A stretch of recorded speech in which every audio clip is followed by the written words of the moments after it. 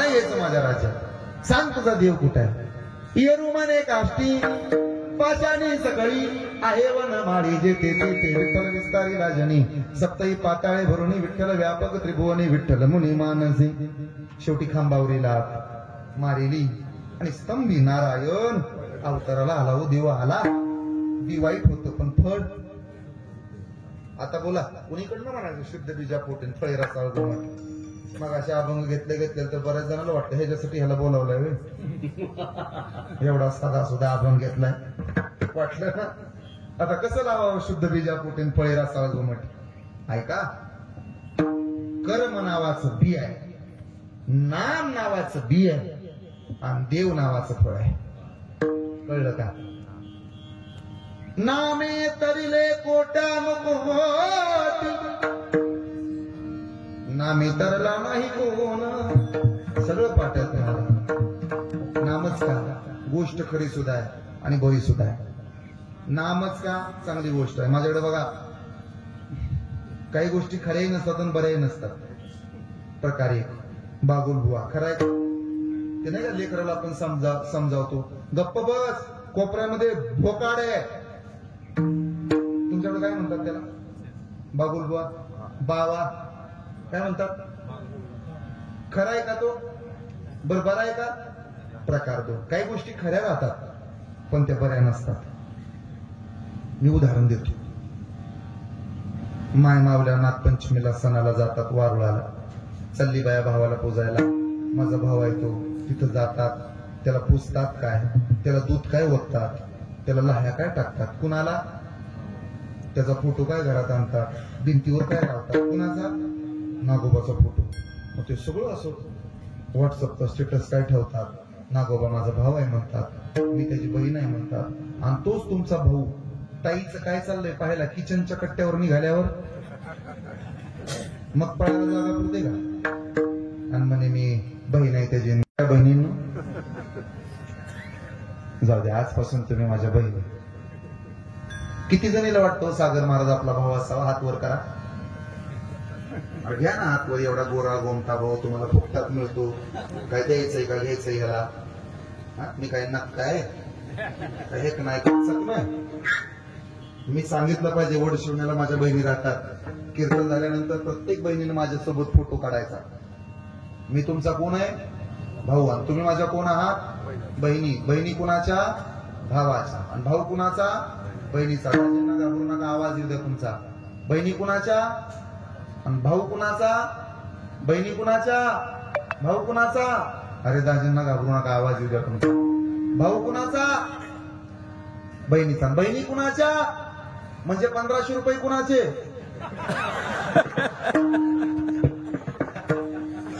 बरं वाटलं होतं की नाही? आहे की नाही? भाव आहे आपला. गोष्ट खरी आहे हो पण बरी नाही. 1500 रुपये देऊ वाटत नाही. ऐका पुढं. प्रकार 3. काही गोष्टी बऱ्या असतात पण त्या खऱ्या नसतात. मी उदाहरण देऊन सिद्ध करतो. 14 तुम्ही कपडे घ्यायला कधी गेला का? कपड्याच्या दुकानात गेला असेल ना एकदा तरी. कपड्याच्या दुकानाच्या बाहेर 2-4 बाया उभा असतात.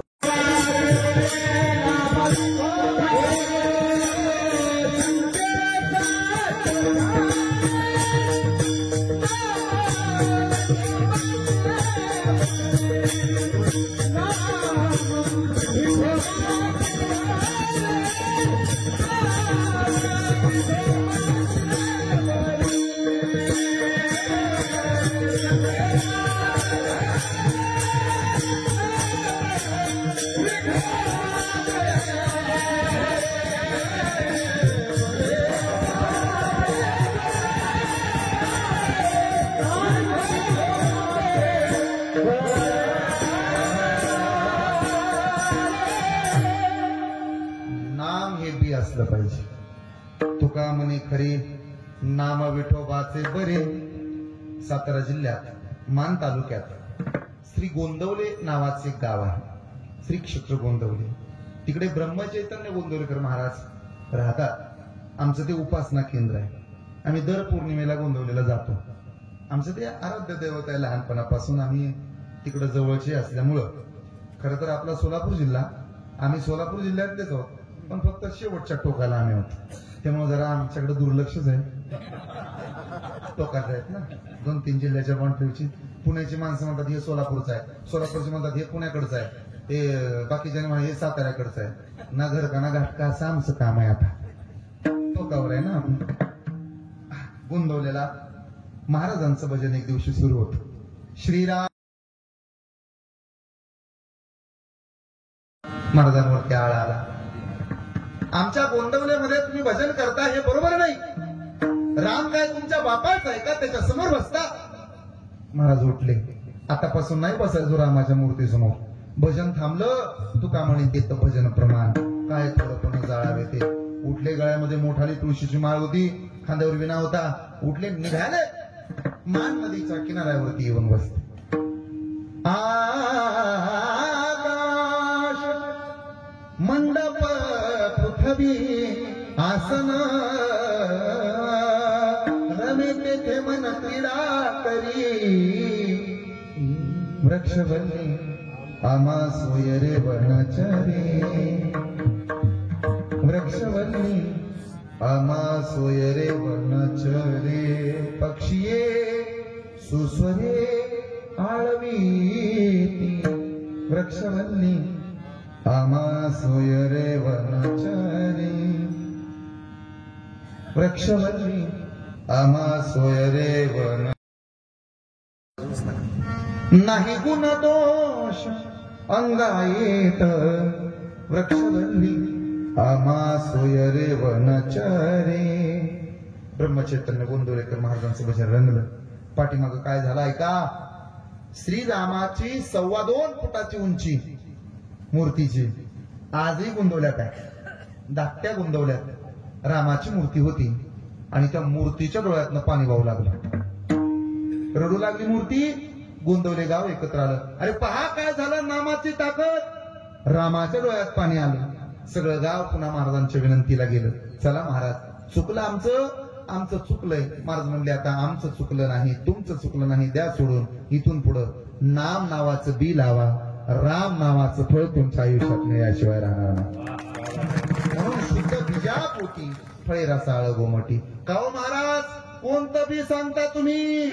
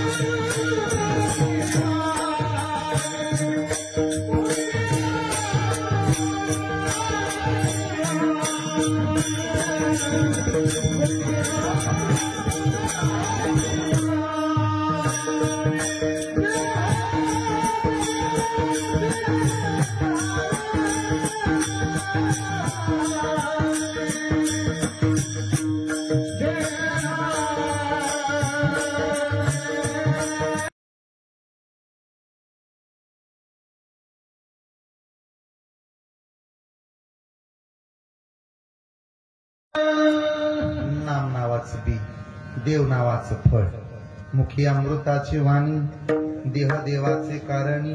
ऐका बरं माझ्याकडे पहा. नामदेव महाराज श्री क्षेत्र पंढरपुरात दररोज देवळात जायचे. देवाचे लढीवाळ भक्त होते, मित्र होते, जिव्हाळ्याचा विषय होता. पण देवाकडे लक्ष देता देता प्रपंचाकडे दुर्लक्ष झालं. एक दिवशी राजाईनं तिला विनंती केली, नका जाऊ देवळात. चिमणीचं पोट भरेल एवढं धान्य नाही घरात. नारळ विठा गोंदा मादा तरपडतायत. सावकाराच्या बांधावर उगवलेल्या उंबराची उंबऱ्या आणते आणि पोरांना खायला घालते. त्यानेही सांगितलं आता येऊ नका, जगाव का मराव प्रश्न आहे मालक, नका ना जाऊ पंढरपुरात, मी जायला पाहिजे. करता करवता तो आहे त्याचं ते पाहिलं ना. गरिबी वाईट असते महाराज. गरिबीतून श्रीमंत होणं चांगलं असतं, श्रीमंतीतून गरिबी आली तर फार अवघड आहे. 1.25 क्विंटल सोन्याच्या पलंगावरती झोपत होती राजाई. दिवस फिरतात. 3644 एकर ऊस होता तुकोबऱ्यांच्या सासऱ्याकडं. बसलेले आहे का? घमंडीत जाऊ नका. कुणाला दाखवता तुमचा रुबाबन, तुमची श्रीमंती, तुमची घमंड? काय गरज नाही राहिली आता तुमच्या पैशाची कुणाला. हिंग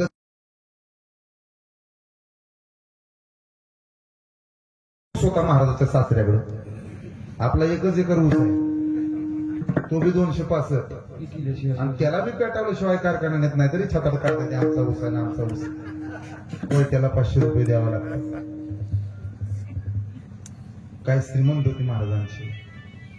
महाराज फार श्रीमंत. गरिबी आली, राजाच्या डोळ्यात पाणी आलं. नारानं हट्ट केला, आई जेवायला बेगम आहे. पिठाचं पाणी केलं, नाराला पाजलं. गोंदा म्हणू लागला, माय मलाही भूक लागली. लहान लेकरांचं तर पडणं पावलं नाही आईला. आईनं कमराला बांधले लेकर आणि चंद्रभागेमध्ये मारून टाकायची म्हणून निघाली. नामदेव महाराजाच्या घरचं सांगतोय, नामदेव महाराजांचं नाव घेतलं तरी लोक आमच्या पाया पडतात. संप्रदाय हा भोग्याचा नाही, संप्रदाय त्याग्याचा आहे. हातामध्ये 10 अंगठ्या घालणाऱ्यांचा, गळ्यामध्ये सोन्याच्या मोठ्याला साखळ्या घालणाऱ्यांचा संप्रदाय नाही. संप्रदाय भोग्याचा नाही, संप्रदाय त्याग्याचा आहे. 2 गोष्टी आपल्या घरातल्या कधीही कुणाला कळू नयेत. आपल्यावर झालेलं कर्ज आणि आपल्याकडे आलेला पैसा, हे काय दावाची गोष्ट आहे. आकाशकंदील आणला तर बांबूला वर लावला, दिवाळी दावायची गोष्ट आहे. आमच्याकडे आहे, बाकीच्याकडे काय शिमगा आहे. सांभाळा. 6 दिवस माणसानं तुपातली चपाती खाल्ली तर 1 दिवस शिळी भाकरी खाल्ली पाहिजे. शिळ्या भाकरीला आणि तुटलेल्या चपलेला माणसानं कधी नाव ठेवू नये. त्याच शिळ्या भाकरीनं आपलं पोट भरलं होतं आणि त्याच तुटक्या चपलेनं 1 दिवस आपलं काट्यांपासून रक्षण केलं होतं. हे कधी विसरू नये माणसानं. चांगले दिवस आले म्हणून जुने दिवस विसरायचे नसतात. किती गरिबी आणि महाराजांना वर्णन आलं.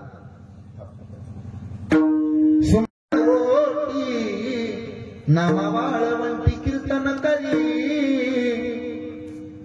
शुंभाचा करदोडा. शुंभ म्हणजे नारळाच्या केसरापासून बनवलेला करदोडा, ऐका. आणि रक्त्याची लंगोटी म्हणजे केळीच्या सोपटापासून बनवलेली लंगोटी घालायची महाराज. एवढी गरिबी आली, विसरू नये आपण. दिवस फिरतात आणि मग माणसंही फिरतात. येऊ द्या गरिबी, तुम्हाला कळेल. सक्का भाऊ सुद्धा आपल्याला मदत करत नाही. पैसे उसने मागून पहा, मित्राचं नाव करतो तो. पैसे त्याच्याकडेच होते, जोडीदाराचं नाव केलं आणि त्यानं पैसे दिले. आता ह्याला दिले तर मला वरच वापस द्यायचा नाही म्हणून काय गॅरंटी आहे?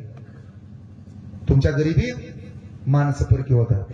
हे नेहमी एक वाक्य सांगतो. डोळे सांगून जातात व्यक्ती कसे आहे, अश्रू सांगून जातात दुःख किती, वाचा सांगून जाते माणूस कसा, स्पर्श सांगून जातो मनात काय, ठेच सांगून जाते लक्ष कुठे आहे, संस्कार सांगून जातात परिवार कसा, गर्व सांगून जातो पैशाचा माज किती, विश्वास सांगून जातो घरातला जोडीदार कसा आहे, आणि आयुष्यात आलेली वाईट वेळ शिकून जाते आपल्या फरक नेमकं कोण. कधी कधी आपण ज्याला पोहायला शिकवतो ना तेच आपल्याला बुडवायचा प्रयत्न करतो. पोहायला कोणी शिकवलं? आपण. आणि बुडवते कुणाला? ते कबूतर हवेतनं चाललं होतं आणि 2 उंदराची पिल्ले बुडत होती. कबूतर खाली आलं, त्या पिलांना चोचीत वरती घेऊन गेला, घरट्यात नेलं, पंख उघडले, ऊब दिली. 15 मिनिटांनी लक्षात आलं ज्यांना आपण ऊब दिली त्यांनीच आपले पंख कुरतडले. करेक्ट कार्यक्रम झाला. कळतंय ना कबुतरांनो? अशी बरीच उंदराची पिल्ल तुमच्या आजूबाजूला भरपूर आहेत. 3 लोकांना माणसानं कधी विसरू नये. ज्यानं अडचणीच्या वेळी मदत केली त्याला, ज्यानं अडचणीच्या वेळी पळ काढला त्याला, आणि ज्यानं आपल्याला जाणून बुजून अडचणीत आणलं त्याला. फक्त लक्षात ठेवावं. मारलं तरी बाहेर द्यायच्या किनाऱ्यावर. देवाला म्हणलं, देवा वरून पण काळा ना आतून पण काळा, जगूही देत नाही मरूही देत नाही. साप उचलला, जिवंत साप, गलिनेला तुकडे केले बारीक बारीक, कढईमध्ये टाकला, विष घालून मारते महाल्या पोरांना. रटरट आवाज येऊ लागला खापराच्या कडेतनं, आणि 15 मिनिटांनी झाकण काढून पाहतात तर काय, आतले सापाचे तुकडे सापाचे राहिले नव्हते, ते तुकडे सोन्याचे झाले होते. महाराज हाय असं उचललं आणि वार करायला देऊन टाकलं. आपण देऊ का? 500 रुपये ज्यादा आले तरी गुपचूप पाकिटात घालून घेतो आम्ही. ऐकताय ना? नामदेव महाराज आहेत.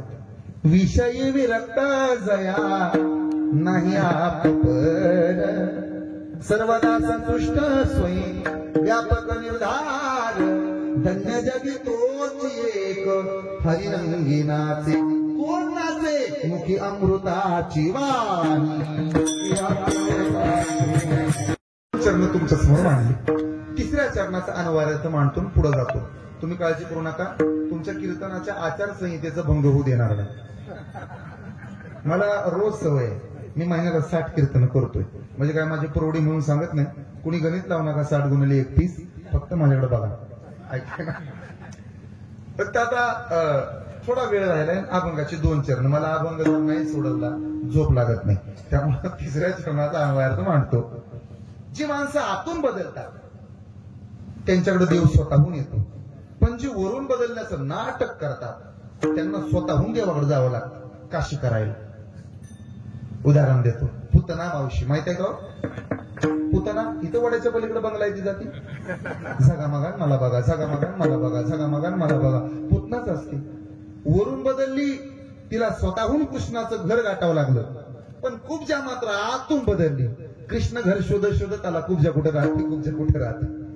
दुसरं उदाहरण शृपनका वरून बदलली तिला रामाकडे जावं लागलं नाक कापून घ्यायला पण शबरी माता आतून बदलल्या प्रभू रामचंद्र शबरीचं घर शोधत शोधत आले सर्वांग निर्मळ सर्वांग निर्मळ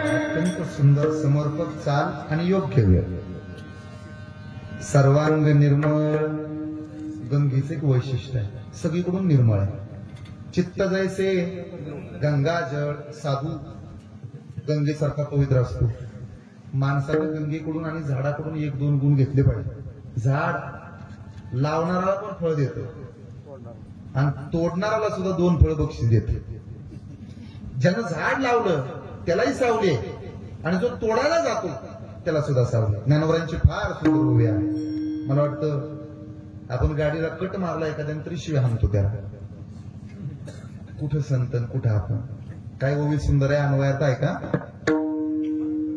तुमच्या रागात म्हणता जो खांदावया घाव घाली की लावणी दयाने केली परिदोघायकची सावली वृक्ष दे जैसा जो खांदावया घाव घाली झाड तोडण्याकरता त्यानं कुऱ्हाड मारली त्याला सुद्धा फांदी तुटेपर्यंत झाड सावली देत हे साधुत्व आहे का आपल्यात कोण असं आरेला कारे दावाला प्रतिदावा करणारी माणसं आहोत आपण कुठे आपण कुठे साधू कुठे चित्त जैसे गंगाजळ साधूचं चित्त गंगाजळासारखं पवित्र असत महाराज असा जर साधू आमच्या आयुष्यात कधी भेटला फक्त देवाची कृपा व्हावी लागते बहु अवघड आहे संत भेटी परी जग जेठी करुणा केली मिळेल नक्की मिळेल मासा मिळाला साधून त्याचं दर्शन घेतलं तर आमचा फायदा व्हायला पाहिजे महाराज फायदा होतो 3 ताप आपल्या पाठीमागे लागलेत ते 3 ताप सांगतून थांबतो आदिभौतिक ताप आदिदैविक ताप आणि आध्यात्मिक ताप आदिभौतिक ताप जो माणसांपासून उपद्रव होतो तो आदिदैविक निसर्गापासून त्रास होतो तो आणि आध्यात्मिक कधी कधी देव पाहायला जातून तोच ताप देतो अध्यात्मात काय सुखाचं आहे का महाराज महाराज होणं सोपं आहे शेवटपर्यंत टिकून राहणं कठीण आहे सप्ताहासला माळा घातल्या सगळ्यांनी पुढच्या सप्त्याला काढून टाकलं सुरुवात करणं सोपं आहे महाराज कट लागणं कठीण ऐका सांगतो 3 तापातली 3 उदाहरणं आधी बहुतेक टाप एक माणूस एसटी मध्ये बसला निघाला. पुढच्या स्टॉपला गुरी गुरी पानफुलासारखी छान एक बाई त्याच्या शेजारी येऊन बसली. एकटी नव्हती, तिच्या मांडीवर लेकरू होत. म्हाताऱ्याला फार बरं वाटलं. लेकराबरोबर गप्पा झाल्या. मग त्या बाईनं शिऱ्याचा डबा पिशवीतनं काढला, एक घास घेतला आणि बाळाला म्हणायला लागली खा. पोरगं काही खाईना. मग तिनं मंत्र बदलला, खातोय का देऊ ह्या बाबाला? तुम्ही म्हणता खात नसल्यावर लेकरू खातो का देऊ ह्या बाबाला? तासभर म्हाताऱ्यानं बघितलं. तासानं उठूनच उभं राहिलं म्हातारं. बाई काय काय असेल ते तुमचा निर्णय, एका धमक्यात द्या बरं. एकतर तो घास तुमच्या पप्याला तरी द्या, नाही तर मला तरी द्या. माझं गाव मागं निघून गेलं, 3 गाव पुढे आलो तुमच्या एका घासाच्या बाया. श्रीमंत भाव असं कोणाला नाही वाटत महाराज. जाऊ द्या, करंट मधलं उदाहरण. फॉर्म भरावा असं कुणाला नाही वाटत. आमदार व्हावं असं कुणाला नाही वाटत. सगळ्यांनीच फॉर्म भर. आज आकडा ऐकला, 4123 जण मत पैठीत कैद झालेत. आमदार किती होणार आहेत त्यातले? 288. आमदार व्हावं असं कुणाला वाटत नाही. जाऊ द्या, झाले आमदार. सत्ता असावी असं कुणाला वाटत नाही. जाऊ द्या, आली सत्ता. मंत्रीपद भेटावं असं कुणाला नाही वाटत. सगळ्याला वाटत, पण होतात का? होत नाही. महाराज व्हावं असं कुणाला नाही वाटत. आम्ही संस्थेत होतो तेव्हा बरेच जण माझ्या बरोबर पोरं होते. त्यातले बरेच जण आता सध्या शेती करतात. कुणी गवंड्या जाता खाली, कुणी अखिल भारतीय चुना लावणाऱ्या संघटनेचे अध्यक्ष झाले. नाईलाज झाला. प्रारब्ध म्हणतात याला. अन्न मानधन येतो प्रारब्ध. तुकडोजी महाराजांचा एक सुंदर अभंग सांगून थांबतो. पहिला खातो तूप रोटी, दुसरा खातो मिठवा तरी तिसरा राहतो उपवासी, कशाला सांग केलासी. पहिला राहतो माडीत, दुसरा राहे झोपडीत, तिसरा जातो वनवासी, कशाला सांग केलासी. प्रभू हा खेळ दुनियेचा कशाला. कोणाला वाटत नाही श्रीमंत व्हावं, पण होता येत नाही. अधिदैविकता. देव पहावयासी गेलो, देव पहावयासी गेलो, तेथे देवची होऊन ठेलो. देव माझा. आंधळा मनुष्य मंदिरात निघाला होता. लोक आंधळ्याला हसत होती. आंधळ्या, तुला का देव दिसायचा का तुला मंदिर दिसायचं? आंधळा म्हणाला, मलाही माहित आहे, मला देव दिसणार नाही, मला मूर्ती दिसणार नाही, मला मंदिर नाही दिसणार, पण मी का निघालो मंदिरात माहित आहे का? म्हणे का? मला माहित आहे, मला मंदिर दिसणार नाही, मला देव दिसणार नाही, मला देव दिसावा याच्याकरता मी देवळात नाही निघालो. देवानं मला आलेलं पाहावं म्हणून मी मंदिरात निघालो. याला खरी भक्ती म्हणतात. येरवी तिजी ना चौथी, हे पहिली ना सरती ननवरांची ओळ. पै माझी सहज स्थिती, तया भक्ती नाम. आणि असा जर नामस्मरण करणारा साधू जर तुम्हाला भेटला तर महाराज तुमची अवस्था काय? तुका म्हणे जाती, तुका म्हणे जाती.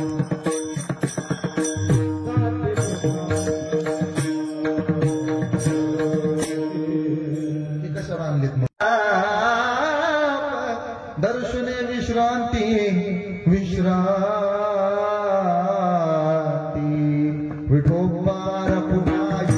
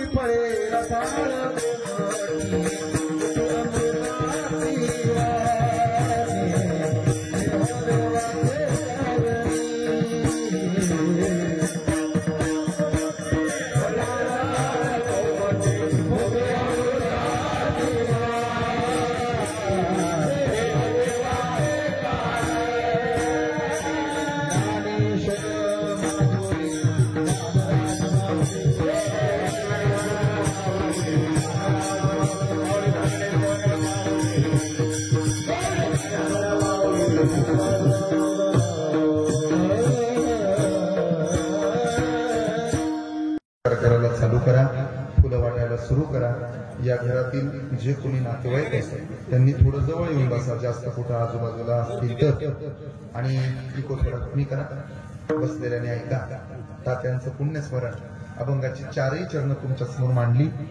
अत्यंत महाराजांचा सुंदर अभंग. अभंगाच्या पहिल्या चरणापासून शेवटच्या चरणापर्यंत मला एक आवडलं की बसणारी माणसं अभंगात ते अभंग गात असताना अभंग गात असावं, अभंग गात असावं, बसणारांनी गात असावं, स्वर गात असावं, तेव्हा स्वर गात असल्यासारखं वाटतं. त्यासाठी कीर्तनकारानं रंगात असावं, कीर्तन तरंगात असावं, ऐकणाऱ्या लोकांनी कीर्तनात असावं, देवानं सुद्धा मंडपात असावं. यासाठी आधी आपण आत असावं. का भाताचं सांगू काय? हा कीर्तन. त्यामुळं आज तात्यांच्या पवित्र स्मृतीला अभिवादन करण्याचा योग आला. मी मगाशी प्रस्तावनेत बोलून गेलो, त्यावेळेला माझ्या माय मावल्या रडत होतो. इथं समोर बसणारे 1-2 पुरुषांच्या सुद्धा डोळ्याला पाणी होतं. हे का होतं? आता तात्या पाहायला मिळणार नाहीत. तात्यांचं प्रेमच होतं या कुटुंबावर, या प्रॉपर्टीचा मालक, या घराचा मालक, गावचा स्वाभिमान. तात्या निघून गेले. डोंगराच्या पलीकडे बुडालेला सूर्य दिसेलो, मात्याआड निघून गेलेले तात्या. पुन्हा आमच्या वत्सलाबाईंना बाप दिसणार नाही, संतोषाबा या दोघांनाही. मुलांना बाप आता पुन्हा पाहायला मिळणार नाही, नातवांना आजोबा नाही. लेकीला का दुःख होतं? चपल्या सोडायला एकुलता एक उमरा कोणाचा असेल तर बापाचा आहे. कीर्तन झाल्यानंतर एक काम करा, मी जास्त बोलत नाही, आता थांबतोय. फक्त शांत राहून लक्ष द्या. आज घरी जाताना 100-500 रुपयाचा स्वेटर तुमच्या बापाला द्या, गावभर सांगत. मागच्या वर्षाचा नवा होता तरी माझ्या दाद्यानं नवीन स्वेटर आणला मला, आणि 2000चा आहे बरं. कानटोपी द्या बापाला, गावभर सांगतो. माझा राजा लाखानं कमवतो आणि पैसे ठेवायला माझ्याकडे देतो. देखा माझी विनंती आहे तुम्हाला, तुम्ही जास्त माझ्याकडून बाप ऐकावा ही माझी अपेक्षा नाही. मी बाप सांगण्यासाठीच प्रसिद्ध आहे. युट्यूबला भरपूर कीर्तन आहे, तिकडं निवांत ऐका.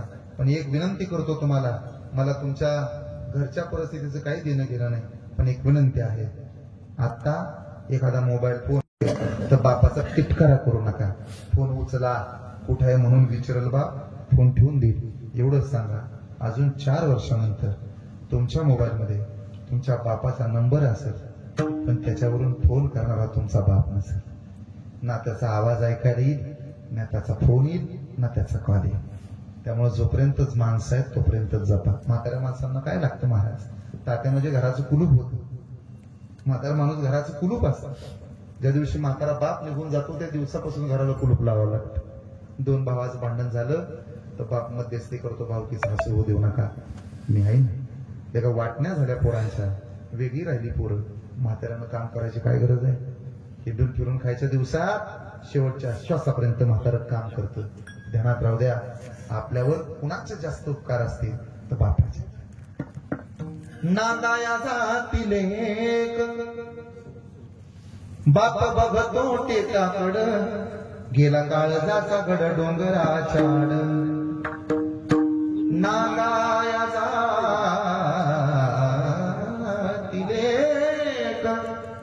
चाक वाजत खडा खडा ग, दुबळ्या बापासाठी लेकरडती धडाधड. नादाया जातील बाप बघतो चोरावानी, बघतो चोरावानी, अश्रू ढाळतो मोरावानी. बस असा बाप निघून गेला. दोन्ही पोरांना दुःख होणं स्वाभाविक आहे. माझ्या डोळ्यातली आसव कुणी मायेनं पुसताना, उडी हुंदका दाटतो या गोष्ट बापाची सांगताना. त्याच्या भटक्या सदऱ्याला कशी फिरळ जोडलेली, उभ्या आयुष्याला त्यानं कशी कातर लावलेली. मला कसं होत या कुणी बाबा म्हणताना, पुरी हुंदका दाटतो या गोष्ट बापाची सांगताना. आता वडील निघून गेले, आम्ही बाप म्हणून कुणाला पाहावं महाराज? तू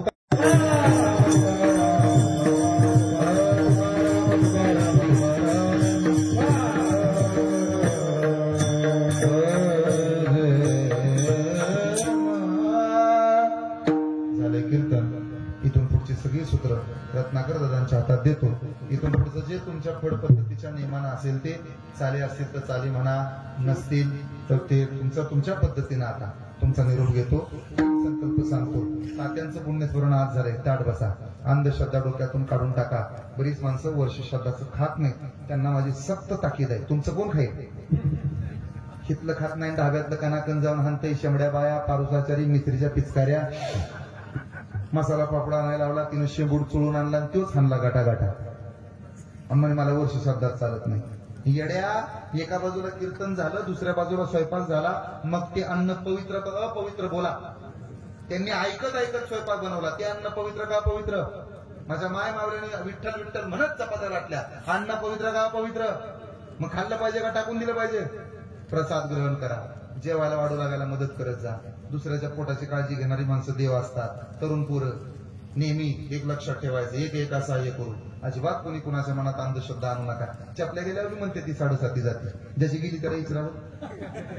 ते म्हणतं जाऊ दे तुझी भावा, तुला 3:30 कसं काम लागतंय ते. त्यामुळं अशा अंधश्रद्धा डोक्यातून काढून टाका. विनंती आहे, मराठी शाळा वाचली पाहिजे, लालपरी वाचली पाहिजे. गावाचा विकास करण्यासाठी सर्वांनी एकत्र यायला शिका, हा संदेश देतो.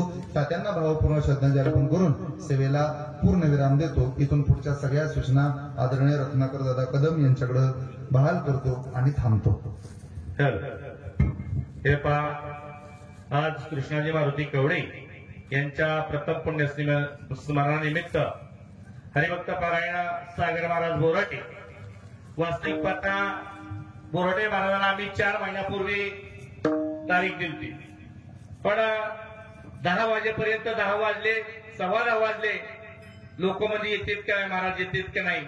पण महाराज मला माहित होतं, मी त्यांच्या ड्रायव्हरला वेळोवेळी फोन करत होतो सारखं, की मला येतात, तुम्ही काय काळजी करू नका. मी आलो नाही, पण महाराज आले. थोडं 10 मिनिटं का लेट झाले, पण महाराज असताना वेळेवरती आले आणि एकदम असं जो धार्मिक पारमार्थिक जो भाग असेल तो असता मांडण्याचा प्रयत्न केला. आई बापाचं महत्व सांगण्याचा प्रयत्न महाराजांनी केला आणि तोच असणारा संदेश सगळ्यांनी घ्यावा अशी सगळ्यांना मी विनंती करतो. तत्पूर्वी हरिभक्त सागर महाराज बोराडे यांना संतोष नाना कवडे यांनी पांडुरंगाची मूर्ती आणलेली, विठ्ठल रुक्मिणीची, ती मूर्ती देतील, त्यांचा सन्मान करतील आणि त्यानंतर फुलाचा वर्षाव होईल आणि मग शेवटची चाल होऊन आरती होईल. बरं, आधी अगोदर चाल घ्या आणि मग फुलं टाकून आपण असरा आरती घेऊ. संतोष नाना कवडे यांनी असरा महाराजांचा या ठिकाणी सन्मान करावा. हे फोटो घ्या कोणीतरी.